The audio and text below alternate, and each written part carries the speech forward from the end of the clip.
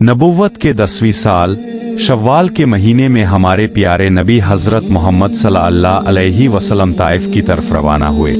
आपके साथ आपके आज़ाद करदा गुलाम और वफादार साथी हजरत ज़ैद बिन हारिसा रज़ी अल्लाह अन्हु भी थे। रसूल अल्लाह का मकसद सिर्फ एक था।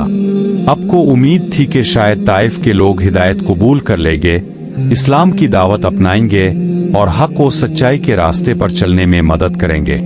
जब अब ताइफ पहुंचे तो वहां के हुक्मरानों से मिले। वो अब के रिश्तेदार भी थे। इस वक्त ताइफ पर बन्नू सकीफ के 3 भाई अब्द अलैल, मसूद और हबीब हुकूमत कर रहे थे। अपने बड़ी नरमी और सच्चे दिल से उन्हें इस्लाम की दावत दी, समझाया कि शिर्क और कुफ्र छोड़ दो, सिर्फ अल्लाह की तौहीद मानो, ईमान ले आओ।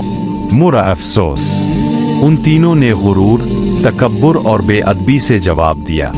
एक ने तंज किया, क्या अल्लाह को तुम्हारे सिवा कोई और नबी बनाने को ना मिला।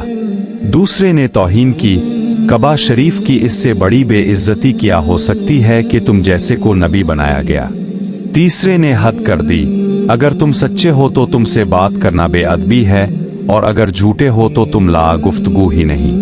उन्होंने ना सिर्फ दावत न हक ठुकराई बल्कि अब का मजाक उड़ाया, गालियां दुच और ताइफ से निकाल दिया।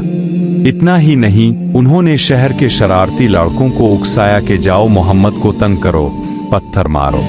लड़कों ने पत्थर बरसा दिए। पत्थरों की बौछार ऐसी थी कि रसूल अल्लाह बुरी तरह जख्मी हो गए। खून अब के मुबारक जूतों में भर गया। जब अब थक कर बैठते तो वही बदतमीज लड़के जबरदस्ती उठाते और दोबारा पत्थर मारते। हजरत ज़ैद रज़ी अल्लाह अन्हु अपनी जान की परवाह किए बगैर अब को बचाने के लिए आगे बढ़ते, अपना जिस्म आड़े करते। मुर्दून उलिल ऐनु आ।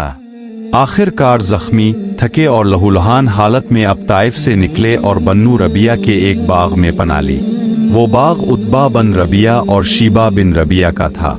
एक दरख्त की ठंडी छांव में अब बैठ गए। जिस्म जख्मों से भरा, जूते खून से तर, दिल गम और तन्हाई से टूटा हुआ। इस दुख भरे लम्हे में अपने वो तारीखी दुआ की जो आज दुआए ताइफ दुआए मस्तजेब के नाम से मशहूर है। मैं अपनी कमजोरी, बेबसी और लोगों की नज़र में अपनी बेवकाओं की शिकायत तेरी ही बारगाह में करता हूँ। तो सबसे ज्यादा रहम करने वाला है।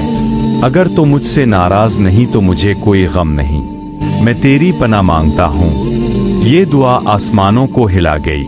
जिब्रील अलैहि अस्सलाम आए और पहाड़ों के फरिश्ते को साथ लाया। अर्ज की,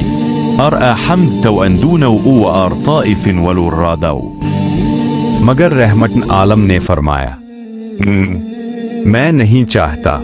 मुझे उम्मीद है कि उनकी नस्लों से ऐसे लोग जरूर पैदा होंगे जो सिर्फ अल्लाह की इबादत करेंगे और किसी को शरीक नहीं ठहराएंगे। फिर उतबा और शीबा ने अपने ईसाई गुलाम अदुइस को अंगूरों की प्लेट देकर भेजा। जब नबी पाक ने बिस्म अल्लाह पढ़कर अंगूर खाना शुरू किया तो अदुइस हैरान हुआ। इस शहर में कोई बिस्म अल्लाह नहीं पढ़ता। अपने मुस्कुरा कर पूछा, तुम कहाँ के हो? नेऊ का, ईसाई हूँ। अपने फरमाया, वो नेऊ जहाँ अल्लाह के नबी यूनुस अलैहि अस्सलाम रहते थे, वो मेरे भाई थे और मैं भी अल्लाह का नबी हूँ। अदुइस के आंखों से आंसू बह निकले। अब के हाथ चूमे और वहीं कलिमा पढ़कर मुसलमान हो गए। इसके बाद नसीबैन के जिन्नों का काफिला गुजरा, कुरान की तिलावत सुनी और ईमान लाकर वापस अपने कबीले में इस्लाम फैलाने लगे। मक्का वापसी पर मतम बिन अदी ने पनाह दी और पूरे कबीले को हथियार बंद करके अब को घर पहुंचाया। और फिर आई गज़वा खंदक की बारी। दुश्मनों की 10,000 की फौज, हम सिर्फ 3,000। हजरत सलमान फारसी रजी अल्लाह अन्हु का शानदार आइडिया, खंदक खोद दो।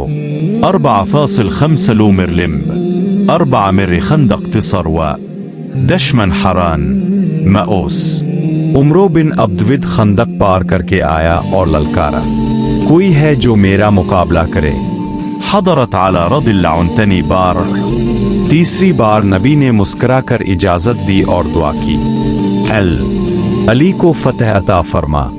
हजरत अली रजी अल्लाह अन्हु ने उमरों को एक ही ज़रब से 2 टुकड़े कर दिया। पूरी काफिर फौज में हलचल मच गई। अगले दिन खैबर का कला। नबी ने फरमाया, कल झंडा इसे दूंगा जिससे अल्लाह और इसका रसूल मोहब्बत करते हैं। صبح ہوا عالیہ این درد اپنے لعاب مبارک لگایا، فوراً شفا ہو گئی، جھنڈا تھمایا اور خیبر فتح ہو گیا۔ حضرت علی رضی اللہ عنہ نے اکیلے وہ دروازہ اٹھا کر پھینک دیا جسے 70 آدمی مل کر بھی نہیں ہلا سکتے تھے۔ یہ ہے ہمارے نبی کی رحمت، صبر اور محبت کی داستان۔ یہ ہے شرن خدا علی رضی اللہ عنہ کی بہادری اور ایمان کی داستان۔ اگر آپ کو یہ ویڈیو پسند آئی ہو تو لائک کرے، شیئر کرے اور چینل کو سبسکرائب ضرور کرے۔ انشاءاللہ علی و عمر ملاقاتنا۔ الحافظ۔